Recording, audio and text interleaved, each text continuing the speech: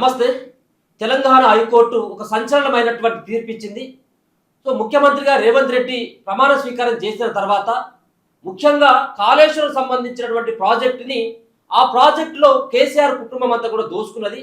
1,00,000 కోట్ల అవినీతి జరిగింది అంటూ అప్పుడు ప్రతిపక్షంలో ఉన్నప్పుడు ఆరోపణలు చేసిండు రేవంత్ రెడ్డి. అధికారంలోకి వచ్చిన తర్వాత వీటన్నిటి కూడా తేల్చేస్తామని చెప్పేసి ఒక హామీ కూడా ఇవ్వడం జరిగింది. దాంట్లో భాగంగానే ఒక కమిషన్ వేసిండు. పిసి ఘోష్ నేతృత్వంలో ఒక కమిషన్ను ఏర్పాటు చేయడం జరిగింది. 15 నెలల పాటు పూర్తిగా కాళేశ్వరం సంబంధించినటువంటి విషయంలో ముఖ్యంగా మేడిగడ్డ కావచ్చు, అన్నారం, చుందిళ్ళ బ్యారేజీల ఏవైతే ఉన్నాయో వాటిలో జరిగినటువంటి అంటే ఒక పక్కన డిజైన్ల లోపం కావచ్చు, నాణ్యత లోపం కావచ్చు, ఆర్థిక అవకతవకలు కావచ్చు, వీటన్నిటి పట్ల కమిషన్ 15 నెలలుగా తిరిగి అక్కడ ఉన్నటువంటి చాలా మందిని దీంట్లో విచారించి దీంట్లో ఒక రిపోర్ట్ను తయారు చేయడం జరిగింది. ఈ రిపోర్టును ఇప్పటికే ఈ ఘోష్ కమిషన్ ఇప్పటికే ప్రభుత్వానికి కూడా సమర్పించడం జరిగింది. తుది రిపోర్టుని ప్రభుత్వానికి సమర్పించడం జరిగింది. దాంట్లో అనేక రకాలైనటువంటి అవినీతి జరిగినట్టుగా, డిజైన్ల లోపం ఉన్నట్టుగా కూడా కమిషన్ గుర్తించడం జరిగింది. దీంట్లో ఆర్థిక పరమైనటువంటి అవకతవకలు కూడా పూర్తి స్థాయిలో జరిగినాయి. దీంట్లో బాధ్యులని కేసీఆర్ అప్పుడు ముఖ్యమంత్రిగా ఉన్నాడు కాబట్టి ఆయన బాధ్యుడే. అలాగే ఈయన అప్పుడు మంత్రిగా ఉన్నాడు, హరీష్ రావు సైతం కూడా అప్పుడు మంత్రిగా ఉన్నాడు. ఆయనను బాధ్యులుగా చేస్తూ ఆర్థిక శాఖ మంత్రిగా ఈటల రాజేందర్ని బాధ్యులుగా చేస్తూ అప్పుడున్నటువంటి అధికారులు సైతం కూడా ఎవరు స్మితా సబర్వాల్ అని ఎస్కే జోషి వీళ్ళు కూడా అప్పుడు అధికారులు ఉన్నారు. అధికారులుగా వాళ్ళు ఐఏఎస్ అధికారులుగా వాళ్ళే ఉన్నారు.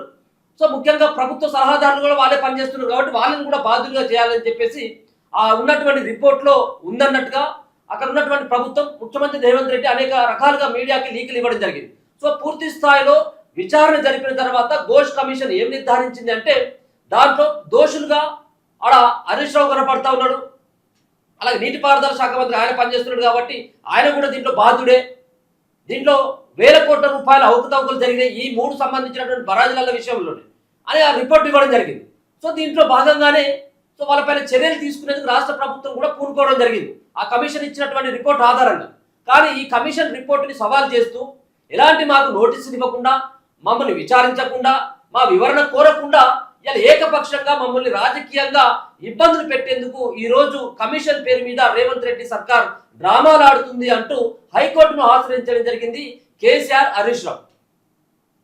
దాంట్లో పిటిషన్ చేయడం జరిగింది.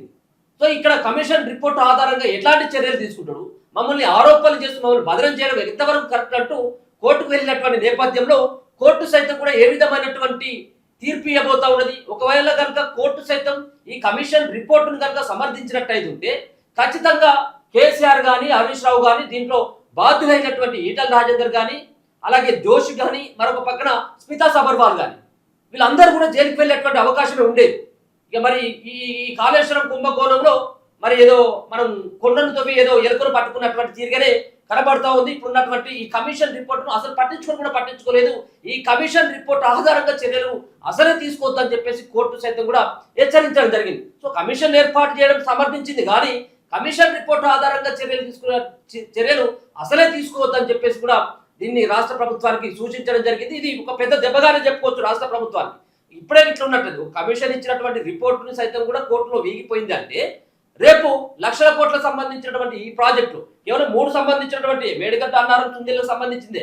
మరి కాళేశ్వరం సంబంధించినటువంటి మొత్తం దాంట్లో మేము అవినీతిని వెలికి తీస్తాం, మేమంతా కూడా 1,00,000 కోట్ల రూపాయలని మేము కక్కిస్తామని చెప్పేసి అన్నటువంటి రేవంత్ రెడ్డి కానీ, మరొక పక్కన ఇదంతా కూడా వైట్ ఎలిఫెంట్ లాగా మారిపోయింది కేసీఆర్ కుటుంబం అని చెప్పేసి ప్రధాని మోదీ సైతం కూడా మాట్లాడినటువంటి కనబడతా ఉంది. కానీ మరి తెర మీదకి వచ్చిన తర్వాత ఇదంతా కూడా ఏమి లేదన్నట్టుగా తెలుస్తా ఉన్నాడు. ఇప్పుడు దీని తర్వాత మళ్ళీ సుప్రీంకోర్టుకు ఇప్పుడు రాష్ట్ర సర్కార్ ఏమైనా వెళ్ళబోతా ఉన్నదా? ఈ కమిషన్ రిపోర్ట్ ఆధారంగా ఖచ్చితంగా కూడా దీన్ని పరిలోకి తీసుకోవాలని చెప్పేసి రేపు మరి ఎట్లా ఉండబోతుంది అనేది కూడా చూడాలి. మొన్ననే ఏదైతే జగిత్యాలలో ఓ భారీ బహిరంగ సభ ఏర్పాటు చేయడం జరిగిందో మాజీ ముఖ్యమంత్రి కేసీఆర్, అదే నేపథ్యంలో నేరుగా ఢిల్లీకి వెళ్ళడం జరిగింది హరీష్ రావు. అప్పుడు 2 రోజుల క్రితం మరి ఢిల్లీకి వెళ్ళిన తర్వాత పరిణామాలంతా కూడా చేంజ్ అయినాయా? ఢిల్లీకి వెళ్ళిన తర్వాత ఇంకా ఎలాంటి లాబింగ్ జరిగింది ఇటువంటి సంబంధించినటువంటి తీర్పు నేపథ్యంలోనే ఒక పక్కన ఖచ్చితంగా కూడా కోర్టులో కూడా వాళ్ళకి ఎదురు దెబ్బ తాకేటువంటి అవకాశం ఉన్నట్టయితే హైకోర్టులో, సుప్రీంకోర్టులో ఏం చేయాలన్నటువంటి దానిపైన మరి హరీష్ రావు ఢిల్లీకి వెళ్ళిందా, లేకపోతే ఢిల్లీకి వెళ్ళిన తర్వాత ఇంకా ఎవరినైనా పెద్దల్ని ఎవరైనా గాడ్ ఫాదర్లు ఏమైనా కలిసి ఈ కేసుకు సంబంధించినటువంటి విషయంలో వాళ్ళకి అనుకూలంగా మార్చుకునేటువంటి ఏమైనా ప్రయత్నం చేసిందన్నటువంటి అనుమానాలు సైతం కూడా చాలా మంది మేధావులు అయితే మాత్రం దీనిపైన చర్చిస్తా ఉన్నారు. ఏదేమైనప్పటికీ కూడా దీంట్లో జరిగినటువంటి అవకతవకల పైన ఖచ్చితంగా బయటికి రావాల్సినటువంటి అవసరం ఉంటుంది. కేసీఆర్ చెప్పిండు, నేనే ఇది రక్తం అంతా కూడా ఖర్చు పెట్టి ఈ కాళేశ్వరం ప్రాజెక్టును కట్టినా అని చెప్పేసి అంటా ఉన్నాడు. సో ఈ కాళేశ్వరం ప్రాజెక్టు దాదాపు 1,00,000 కోట్లకు సంబంధించిన ప్రాజెక్టులో ఒక్క రూపాయి కూడా లాభం లేదు. ఈ ప్రాజెక్టు వల్ల ఇక్కడ ఉన్నటువంటి 1 ఎకరానికి కూడా నీళ్ళు వచ్చేటువంటి అవకాశమే లేదు. ఇదంతా కూడా కేవలం కమిషన్ల కోసం మాత్రమే కాళేశ్వరం ప్రాజెక్టును కట్టిన తప్పించి రైతాంగానికి కాదు అని చెప్పేసి కూడా బీజేపీ ఆరోపించింది, కాంగ్రెస్ పార్టీ కూడా ఆరోపించింది. కానీ తీరా వచ్చేసరికి అలా అవినీతి జరిగింది అనేది అందరికీ తెలుసు. కానీ ఈ రిపోర్టు ఆధారంగా మాత్రమే చర్యలు తీసుకుంటామంటే అది కుదరదు అని చెప్పేసి మొత్తానికైతే కొట్టేయడం జరిగింది. ఇక ఇప్పుడైతే పెద్దగా ఇబ్బంది అయితే ఏమీ లేదు. ఇక కాళేశ్వరం సంబంధించినటువంటి దాంట్లో 15 నెలలుగా తిరిగి ఈ అన్ని ఆధారాలు సమకూర్చి చాలా మందిని విచారించి దీనికే ఈ రిపోర్ట్కే వాల్యూ లేదు. ఇక రేపు మాపు అంటే ఇప్పటికే తెలంగాణలో కాంగ్రెస్ పార్టీ వచ్చి ఇప్పటికే 25 నెలల నుంచి 30 నెలలు అవుతా ఉంది. అంటే కాళేశ్వరం రిపోర్టు దాదాపు 2 సంవత్సరాలు అవుతా ఉంది. కాళేశ్వరం సంబంధించినటువంటి కమిషన్ సంబంధించింది 15 నెలలుగా వాళ్ళు తిరిగి ఈ యొక్క రిపోర్ట్ను తయారు చేయడం జరిగింది. ఇంకో 15 నెలలు అయితే ఆల్మోస్ట్ వీళ్ళ గవర్నమెంట్ కూడా అది కూడా పదవి కాలం కూడా పూర్తి అయిపోతుంది. అంటే నాకు తెలిసి ఏంటంటే ఈ సంబంధించినటువంటి విషయంలో ఇక కేసీఆర్ కానీ హరీష్ రావు కానీ ఇంకెవరైనా కానీ ఉంటే ఎవరు కూడా దీంట్లో పేదగా జైలుకు పోతారు, దీంట్లో అవినీతిని రేవంత్ రెడ్డి కక్కిస్తాడు అనేది చెప్పేసి ఎవరు కూడా అనుకోవాల్సినటువంటి అవసరం లేదు. ఇది జరిగేది కూడా అంతే. ఇలా కేసీఆర్ రేవంత్ రెడ్డి కాపాడతారు, రేవంత్ రెడ్డిని కేసీఆర్ కాపాడతారు. ఇదంతా కూడా జరిగేటువంటి వ్యవహారమే. మనం ఏదో వాళ్ళు పైకి మాట్లాడడానికి ప్రజలను రెచ్చగొట్టేందుకు వాళ్ళు అవినీతి చేసిండ్రు, 1,00,000 కోట్ల అవినీతి చేసిండ్రు అని వాళ్ళు లేకపోయినట్లయితే మూసి సంబంధించినటువంటి దాంట్లో రేవంత్ రెడ్డి 1,00,000 కోట్లను మింగేందుకే ప్రాజెక్టును ముందటేసుకున్నారని చెప్పేసి బీఆర్ఎస్ వాళ్ళు. ఒకవేళ రేపు బీఆర్ఎస్ వాళ్ళు అధికారంలోకి వస్తే ఇప్పుడు రేవంత్ రెడ్డి పైన ఏదైతే ఆరోపణలు చేస్తారో బీఆర్ఎస్ వాళ్ళు వచ్చినా కానీ వాళ్ళ దగ్గర నుంచి రూపాయి కూడా రికవరీ చేయరు. ఇది 100% ఇదే నిజం. రేపు జరగబోయేది కూడా ఇదే. సరే మొత్తానికైతే మాత్రం కేసీఆర్కి హరీష్ రావుకి అయితే ఒక పెద్ద ఊరాటగారు అయితే చెప్పుకోవచ్చు. హైకోర్టు ఇచ్చినటువంటి తీర్పు నేపథ్యంలో రేపు మరి సుప్రీంకోర్టుకు పోతారా లేకపోతే ఇక్కడికే ఫుల్ స్టాప్ పెడతారా అనేది భవిష్యత్తులో మనం చూడాలి. చూస్తూనే ఉండండి మనతో.